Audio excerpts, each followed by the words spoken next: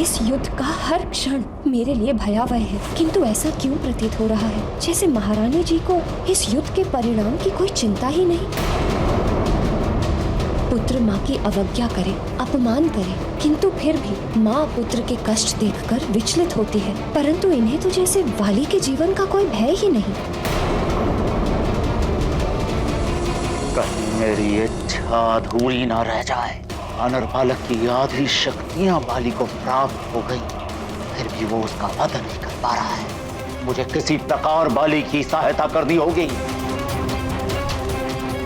हाँ, मारीच, जाओ, जाकर बाली की सहायता करो।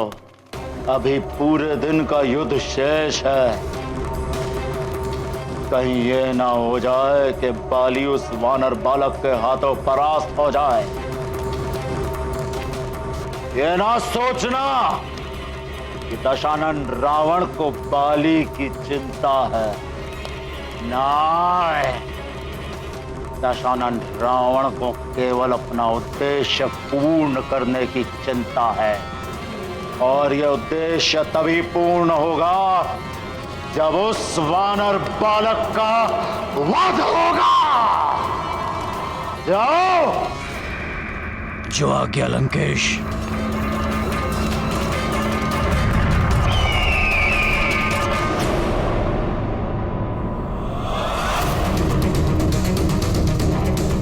आओ हनुमान, वाली अस्त्रहीन रहकर भी तुम्हारा सामना करने में सक्षम है। आगे बढ़िए युवराज हनुमान, प्राण करिए वाली पर, वाली की रक्षा करिए, सुग्रीव की रक्षा करो हनुमान जी, हनुमान की रक्षा करो। अभी पता चल जाएगा मूर्खों कि किसका अंत होगा। वाली को नष्ट करना इतना सरल नहीं है।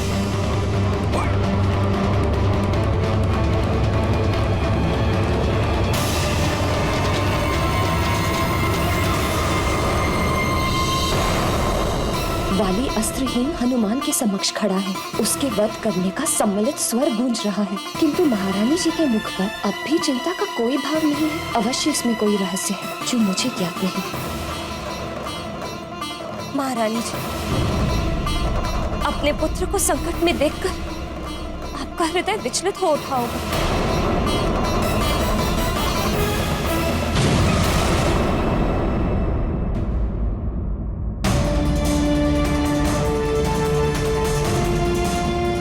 भैया, आप चिंता मत करिए। आपके पास अस्त्र नहीं है तो हनुमान भी अस्त्र विहीन होकर आपसे युद्ध करेगा। मरकट, मेरे बल में तुम्हारी आदि शक्ति मिल जाने के पश्चात अस्त्र विहीन होकर भी महानतम वाली तुमसे कहीं अधिक शक्तिशाली है। तुम किसी भी अवस्था में मेरा सामना नहीं कर सकते।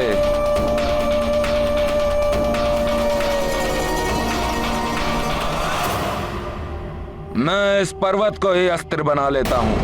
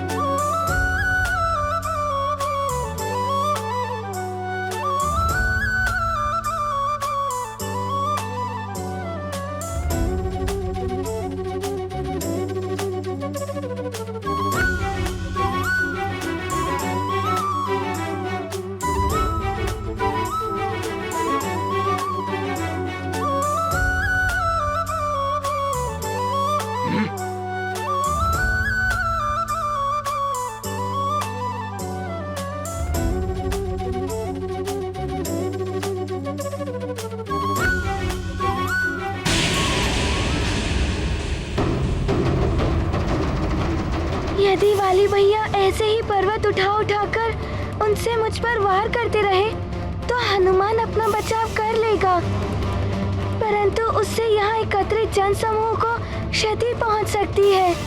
हनुमान को अपना आकार परिवर्तित कर वाली भैया को रोकना होगा।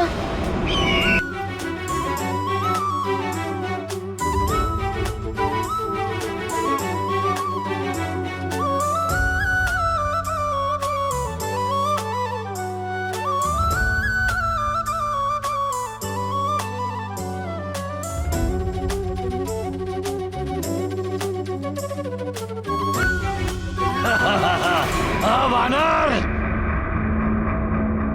तुमने अपना आकार सूक्ष्म कर मुझ मारीच को तुम पर वार करने का अवसर दे दिया। हनुमान!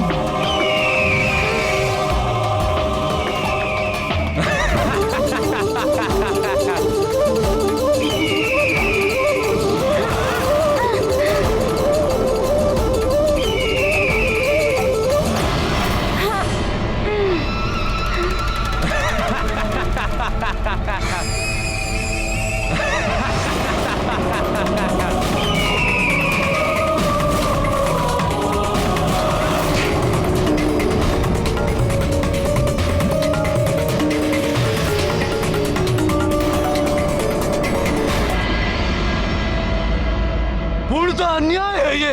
वाली युद्ध भूमि में अस्त्रों की सहायता ले सकता ये नियत अवश्य हुआ था, किंतु ये युद्ध के नियमों के विरुद्ध है। अन्याय है ये।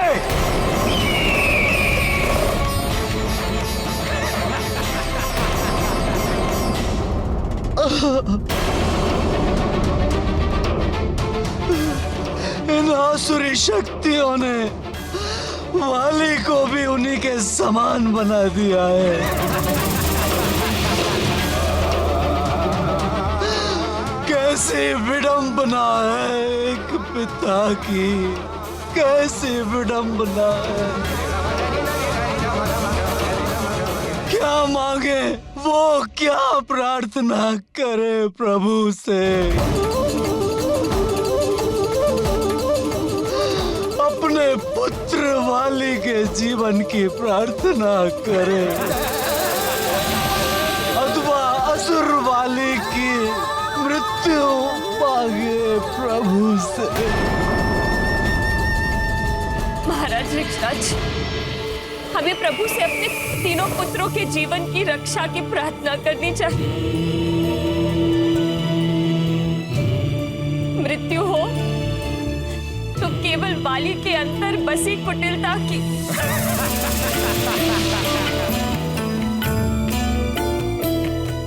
ईश्वर उसका नाश करे, वाली को सन्मार्ग पर ले आए। यह युद्ध वाली और हनुमान के मध्य है, इसमें किसी और का हस्तक्षेप मैं स्वीकार नहीं कर सकता। मैं ये अन्याय होते नहीं देख सकता।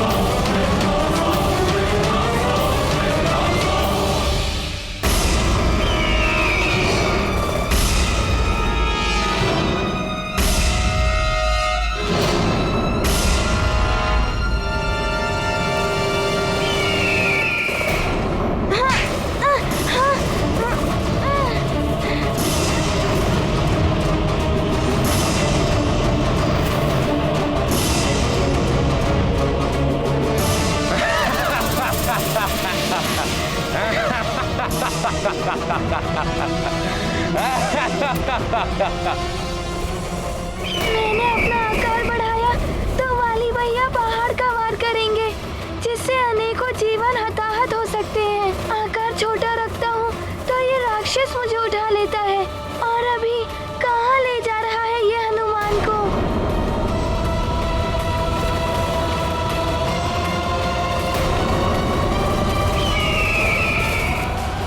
ये नीतिगत नहीं है वाली। ये युद्ध तुम्हारे और हनुमान के मध्य है। इसमें असुरों का तुम्हारा साथ देना न्याय के विरुद्ध है। असुरों का इस युद्ध में होना दोनों के लिए ही शुभ नहीं है। भाई से भाई का युद्ध करवाकर अवश्य इसमें इनका कोई लाभ होगा।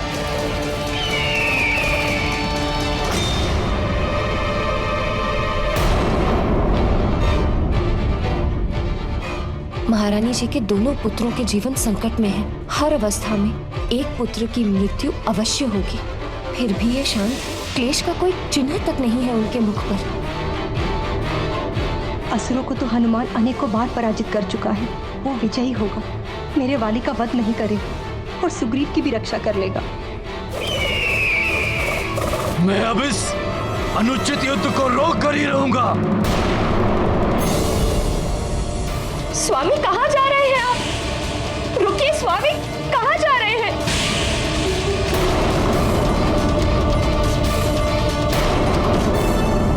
पुत्र कितना भी शक्तिशाली प्रतापी क्यों ना हो, परंतु कोई यदि उसे हानि पहुंचाए तो माता पिता का व्यथित होना स्वाभाविक है। जैसे अभी हनुमान को संकट में देखकर केसरी और अंजना हो रहे हैं। केसरी हनुमान के प्रति हो रहे अन्याय को देखकर इतने आहत हैं कि स्वयं संकट में स्थिति में प्रवेश करने में उन्होंने तनिक भी संकोच नहीं किया है।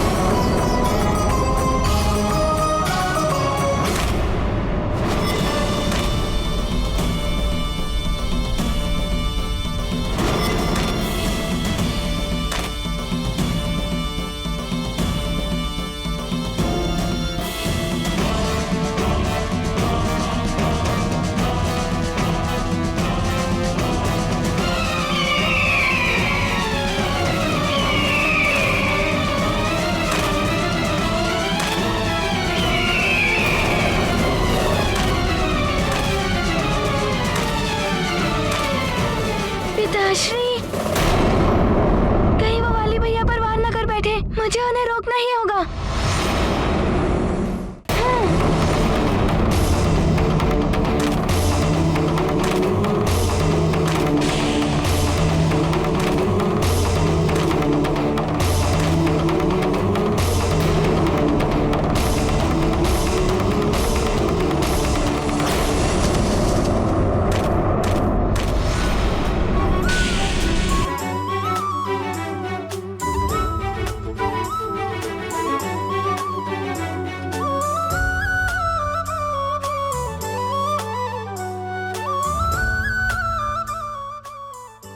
रुक जाइए पिताश्री, मत जाइए।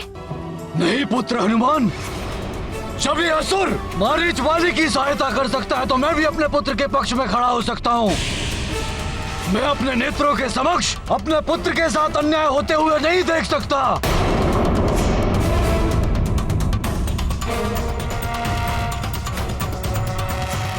स्वागत है काका केसरी जी। आपका भी स्वागत है। यदि आप भी अपने पुत्र के समान मृत्यु लोक जाना चाहते हैं तो अवश्य आइए। महानतम वाली आपको रोकेगा नहीं, परंतु इतना स्मरण कीजिए, युद्ध से पूर्व मैंने ये स्पष्ट किया था कि मैं युद्ध में असुरों का सहयोग लूंगा और आपके पुत्र ने स्वीकार भी किया था और उसने स्वयं एकाकी युद्ध करने का चुनाव किया था। इसलिए मैं उस पर कोई अन्याय नहीं कर रहा हूँ। हाँ पिताश्री, रुक जाइए। सब मेरी इच्छा अनुसार ही हो रहा है। यदि आप मेरी इस युद्ध में सहायता करने आए तो ये नियमों का उल्लंघन माना जाएगा और मुझे पराजय स्वीकार करनी होगी पिताश्री।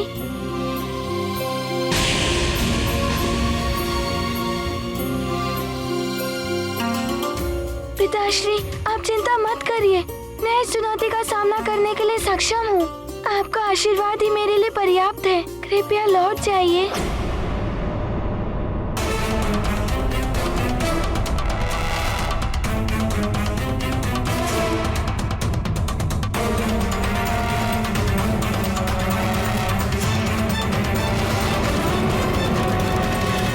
नहीं पिताश्री, यदि आपने वाली भैया पर आक्रमण किया तो हम सुग्रीव भैया की रक्षा नहीं कर पाएंगे।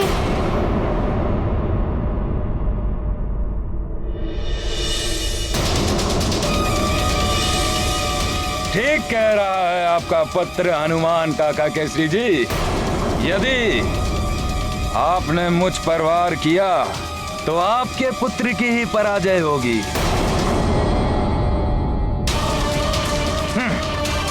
बड़े आए थे मुझसे महानतम वाली से युद्ध करने।